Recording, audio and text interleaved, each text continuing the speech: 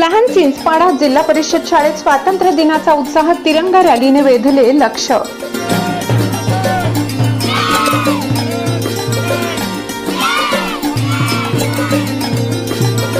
लहान चिंचपाडा स्थानिक जिल्हा परिषद प्राथमिक स्वातंत्र्य दिन अत्यंत उत्साहपूर्ण आणि देशभक्तिमय वातावरणात थाटात साजरा करण्यात आलाय। ध्वजारोहणाचा मुख्य सोहळा शालेय विद्यार्थी सुरक्षा व भौतिक सुविधा समितीचे अध्यक्ष श्री मोहन गावित यांच्या शुभ हस्ते पार पडला। यावेळी विद्यार्थ्यांनी सामूहिक देशभक्तीपर गीते गाऊन संपूर्ण परिसर राष्ट्रप्रेमाने भारून टाकला। स्वातंत्र्य दिनाचे औचित्य साधून मुख्याध्यापिका श्रीमती सुनीता राजाराम काळे यांच्या नेतृत्वाखाली विद्यार्थ्यांची भव्य तिरंगा रॅली काढण्यात आली। हातात तिरंगा घेऊन भारत मातेचा जय जयकार करणाऱ्या या रॅलीत महात्मा गांधी, क्रांतीज्योती सावित्रीबाई फुले, स्वामी विवेकानंद आणि पुण्यश्लोक अहिल्यादेवी होळकर यांच्या उत्कृष्ट वेशभूषेत सजलेल्या बाळगोपाळांनी सर्वांचे लक्ष वेधून घेतले। सोहळ्यात देशभक्ती, सामाजिक बांधिलकी आणि पर्यावरण संवर्धनाचा संदेश देणाऱ्या वक्तृत्व व निबंध स्पर्धा, सामूहिक कवायती आणि वृक्षारोपणासारख्या विविध उपक्रमांची रेलचेल होती।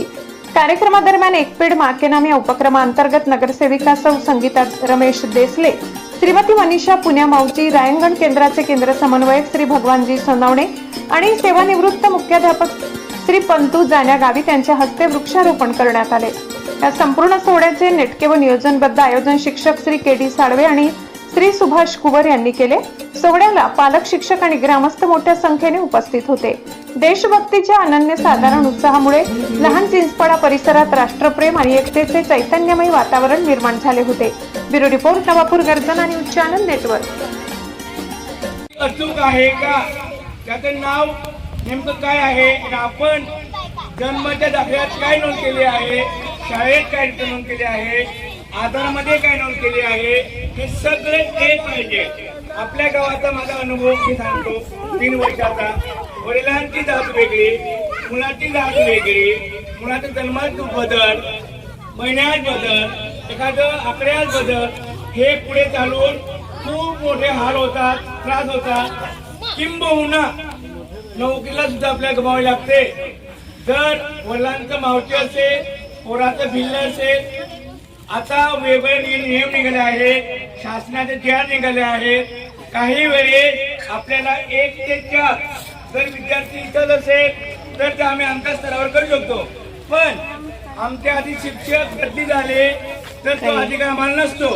आणि पालक किंवा एखादा बाहेर गावाचा कोणी आला, तो नियम दाखवतो, तर थोडं आपण शासनाचे निर्णय असतात ते वाचले पाहिजेत आणि योग्य वेळेत किंवा त्यांची जी प्रोसेस आहे ती आपण चांगल्या शब्दात, एका चांगल्या वाक्यात ते बोलून सगळ्या गोष्टी होतात। फक्त आपलं बोलणं योग्य पाहिजे।